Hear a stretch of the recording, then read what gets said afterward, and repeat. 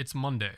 So, since it's Monday, I decided with this new week, I'll also try to follow a slightly more consistent, more outline format in these videos. So, I'll run through a brief recap of the story so far, followed by a detailed synopsis of the issue, followed by my thoughts on the story.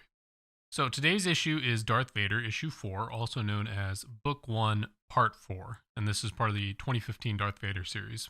Now, in the previous issue, we were introduced to Dr. Afra, a droid archaeologist that has quickly become popular with fans. Vader rescued her from a nearly botched heist in which she obtained the 000 personality matrix. With Vader's assistance, she reactivated the sadistic protocol droid and also used him to reactivate BT-1, an assassin droid disguised as an astromech. Vader's plan is to build a droid army of some sort for private use, and Afra knows just the place: Geonosis. This issue begins right after our motley crew lands on Geonosis. Afra explains that the droid Gatra, which is a droid group that supports droid rights, heard of a surviving Geonosian queen with a droid factory. They wanted Afra to liberate it from the evil carbon-based oppression, but where's the fun in that? The group's plan is to steal the factory for Vader.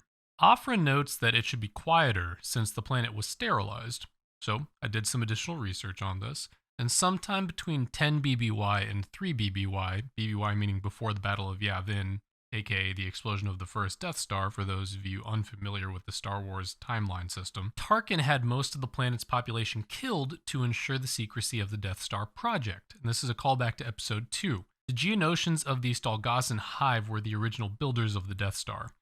During the Clone Wars, they were persuaded to aid in the battle station's construction by Director Krennic. The foursome makes their way over to a cave entrance. Afra sends 000 and BT-1 into the cave to explore and map the route for them. While Vader and Afra wait outside, Afra asks Vader if he has ever been to Geonosis. We have a small flashback panel of Anakin and Padme's kiss on the way out to the arena before Vader tells Afra to cease her probing. With the route mapped a little, Vader and Afra begin their approach behind the droids. Meanwhile, deeper in the tunnel, 000 and BT-1 come across Geonosian droids. 000 begins to translate, but then beckons BT-1 to set them ablaze. As they're on fire, 000 mocks them in Geonosian, saying, "Ha ha! You are on fire and you are also dead." Shortly after, Vader and Afra come across the burnt droid corpses, commenting that the droid Gatra's leads are good. Afra notes that the Queen must see these droids as her children, as the planet is sterile, and the droids are the only way to quote-unquote continue the species. Now, the four collectively come upon the Queen's birthing chamber. Ever the sarcastic voice of the story, Afra declares, "Now for our devilishly clever plan to steal a robot womb factory off a homicidally broody alien queen." She then asks if Vader still thinks this is a good idea, but Vader is already jumping down the ledge as he replies, yes. The queen recognizes Vader, asking why he's here. Hasn't the Empire already taken enough with their bombs? Vader, in kind, replies, no. The queen makes a pretty valiant attempt to stop Vader with the help of her children. However, after a short fight, Afra calls in the Archangel, her ship, to barrage their current location. Vader then has his ship come extract the factory. The ship, readers will recognize, is the Naboo Royal Starship, the same ship once used by Queen Amidala herself during her tenure from Episode 1. Afra is skeptical that his ship can lift the factory, but Vader assures her that it has certain modifications and that it's far stronger than it appears. Later, back on the Archangel, Afra and 000 have reprogrammed and modified Queen Karina's worker droids. 000 intends to tweak the droids a bit to improve their performance, and Afra lets Vader know that his droid army will be ready in a few hours. The conversation then takes a slightly more serious turn. Afra asks if Vader is going to kill her now that her job is complete. Afra goes on for a bit, saying that if he has to do it, she prefers a lightsaber to the neck to make it quick. Vader, ever the stoic, lets her carry on for a bit. She goes on to explain she's not stupid, she'd rather not die, but she's happy knowing her blood is doodling in the margins of a story worth telling. Vader breaks his silence to reply that Afra has proven herself resourceful and that she is safe as long as he has use for her. If she plans to blackmail him, he'll change his mind. Aphra says that he can trust her, but also acknowledges that she is a risk. She tells Vader that he needs to win for a higher cause, and reminds Vader that she much prefers death by lightsaber should the time come.